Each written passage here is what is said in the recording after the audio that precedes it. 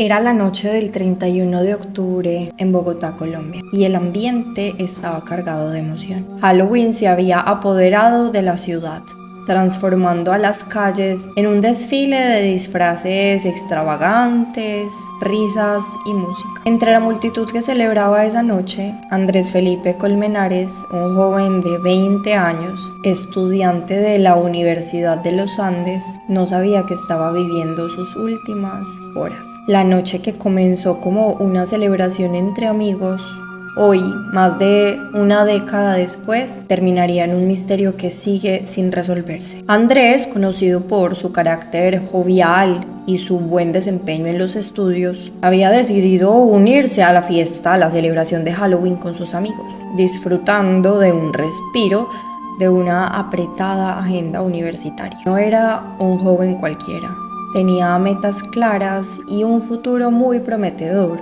Esa noche llevaba un disfraz como todos los demás, pero su alegría se desvanecería pronto. Y su desaparición dejaría una marca en todo un país. La celebración inició con calma, con mucha alegría, en una zona llamada la Zona T, en la capital de Colombia, y era un área popular por sus bares, su discoteca y su ambiente, en donde el bullicio y la fiesta llenaban el aire. Hasta ahí todo iba bien, hasta que decidieron desplazarse al Parque El Virrey. Él y sus amigos decidieron ir a lo que en el día era un parque tranquilo, un remanso de paz, pero que en la oscuridad adquiría una atmósfera muy diferente. Era ya la madrugada cuando llegaron al parque, pero lo que ocurrió después es lo que hasta el día de hoy sigue generando debate. Según los relatos iniciales, Andrés se separó del grupo y simplemente desapareció. Sus amigos empezaron a buscarlo, pero afirman que al no encontrarlo comenzaron a preocuparse. Lo llamaban al teléfono y él no respondía, y esa preocupación se convirtió en pánico.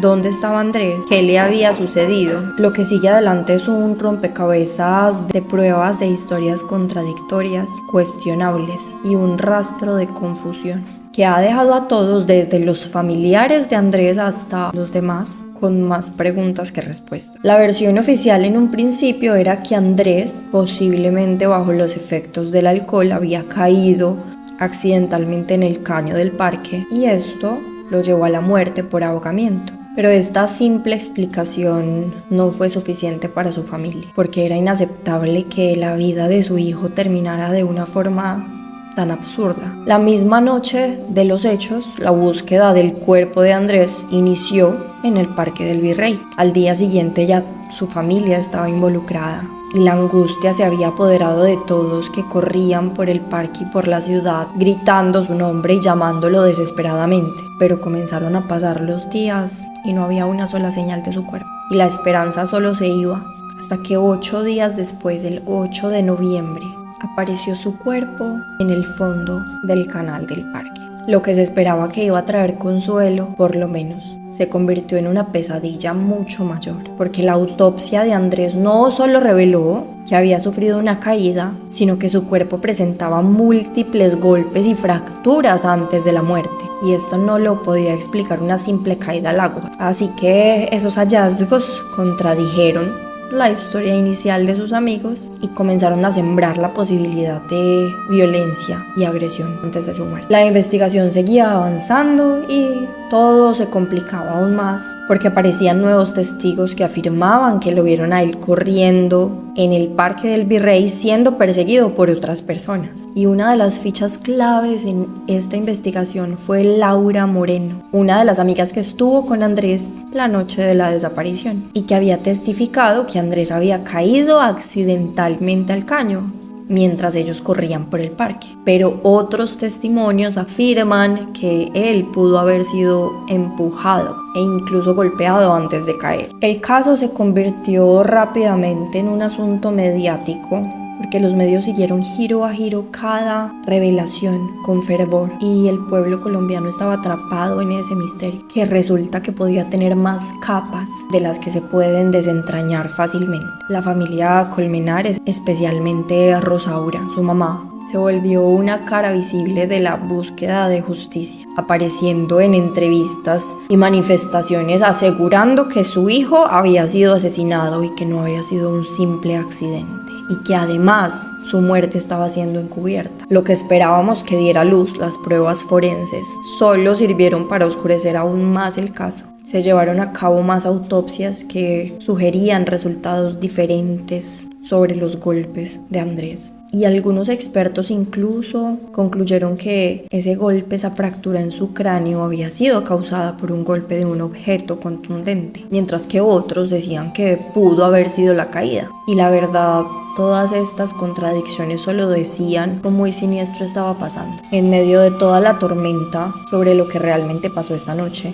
Algunas versiones decían que Andrés había sido atacado en alguna pelea con algunos jóvenes y que esa pelea se había salido de control y por eso luego arrojaron su cuerpo a un caño. Pero otras sugerían cosas incluso más siniestras, como que su muerte estaba relacionada con una oscura red de influencias y conexiones que los responsables intentaban proteger. Cada teoría, por más descabellada que pareciera, llegaba a un público que quería respuestas y era un caso que parecía desafiar la lógica. El proceso judicial fue largo, doloroso, no solo para su familia, sino también para las acusadas, que incluían a Laura Moreno y a Jessie Quintero, que fue otra amiga que estaba con él en la noche. La fiscalía las acusó a ellas de homicidio basados en la hipótesis de que Andrés había sido golpeado y arrojado al canal, pero la defensa siempre insistió que no habían pruebas concluyentes de eso y que todo había sido un trágico accidente y no un crimen. El caso es que los juicios estaban llenos de revelaciones impactantes.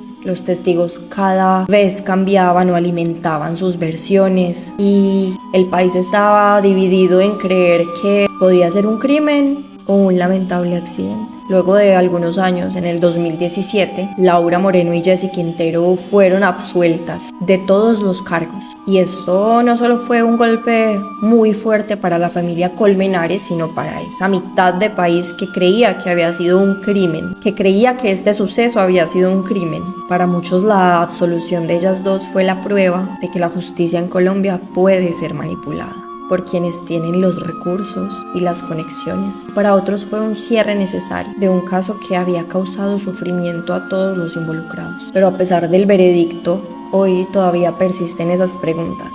¿Qué sucedió realmente en el Parque del Virrey? ¿Fue un accidente o fue realmente un crimen atroz? Más de una década después, la historia sigue siendo una herida abierta para los colombianos y un recordatorio de que a veces la verdad puede ser tan escurridiza como la justicia misma. Y mientras su familia continúa buscando respuestas, la sombra de aquella noche oscura en el Parque del Virrey sigue proyectándose sobre todos los que se han cruzado con este trágico y desconcertante caso.